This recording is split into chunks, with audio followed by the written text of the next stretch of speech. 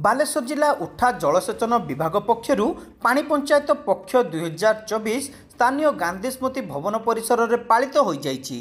एही परिप्रेक्षी में आयोजित कार्यक्रम को जिला मुख्य कृषि अधिकारी सरोज कुमार महापात्र आनुष्ठानिक भाव उद्घाटन करथिले।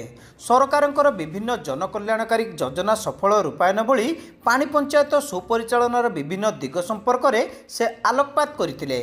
विशेषकर चाषी माने निज निज मध्य समन्वय रक्षा सह पानी पंचायत व्यवस्था को सफल पथे आगे नहीं पारिबे बोली श्री महापात्र मत प्रकाश करथिले।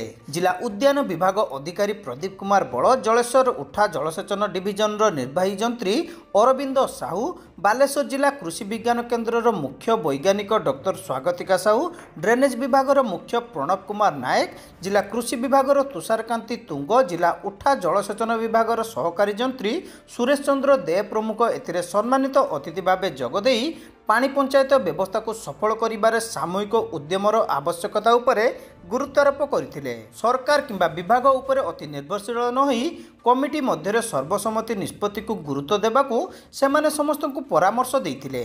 क्षुद्र जलसेचन विभाग अधीक्षण जंत्री सुशील कुमार विश्वाल कार्यक्रम में अध्यक्षता करने सहित पानी पंचायत पक्ष पालन आभिमुख्य संपर्क में सूचना देते। केवल मात्र पक्ष पालन सचेतनता कार्यक्रम को सीमित न रखी वर्ष तमाम विभिन्न पानी पंचायतर चाषी मानू जलर उत्तम विनियोग, जल संरक्षण, जलर गुणवत्ता, नूतन ज्ञान कौशल प्रयोग, शेष मुंडे चाषी चाष जमी को जल जोगाण, केनाल रक्षणाबेक्षण उपर पदक्षेप नेबा निमंते सचेतनता सृष्टि करने दिग उपर से आलोचना करथिले। ए संपर्क में सचेतनता रथ माध्यम जिलार विभिन्न अंचल लोकमानकु सचेतन करा जाउछि बोली श्री विश्वाल कहिथिले। चाषी मानक सचेतन करने प्रथम उद्देश्य होची केमि सुबंटन हो पारे पानीर। बर्तमान वर्षा जल कमी जाऊँगी, आस्ते कमी जो आम कम पानी केमी आम टोटाल कभर आम कर चाष जमी को पानी दे पारबनी। चाषी मान सचेतन करने मुख्य उद्देश्य।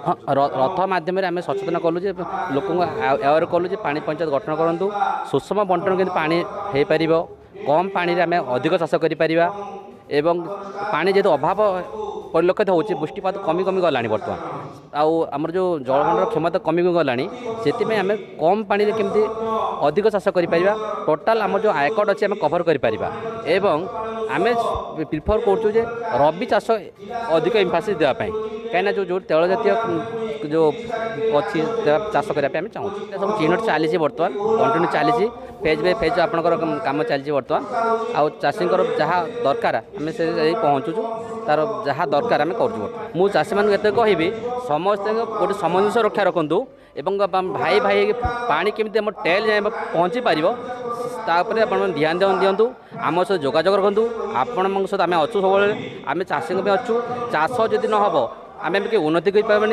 आमर अभिवृद्धि भी हो पारबनी। जदि आम चाष भल हम आमर अभिवृद्धि हम देशर अभिवृद्धि हम राज्यर अभिवृद्धि हम। प्रारंभ में नाट्यकार प्रदीप कुमार मिश्र अतिथि परिचय प्रदान करथिले।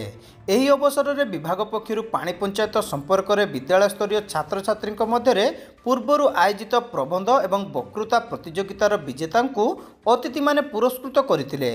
एसहित मुआला पंचायतर गुड़िया ग्रामर माँ भगवती पानी पंचायत को श्रेष्ठ पानी पंचायत भाव पुरस्कृत करा जायतिला। क्षुद्र जलसेचन विभाग सेक्शन ऑफिसर कृतिवास चंद्र पट्टनायक कार्यक्रम में संयोजना करथिबा बेले सदर सहकारी निर्वाही जंत्री अशोक कुमार मिश्र शेष समस्त को धन्यवाद देथिले।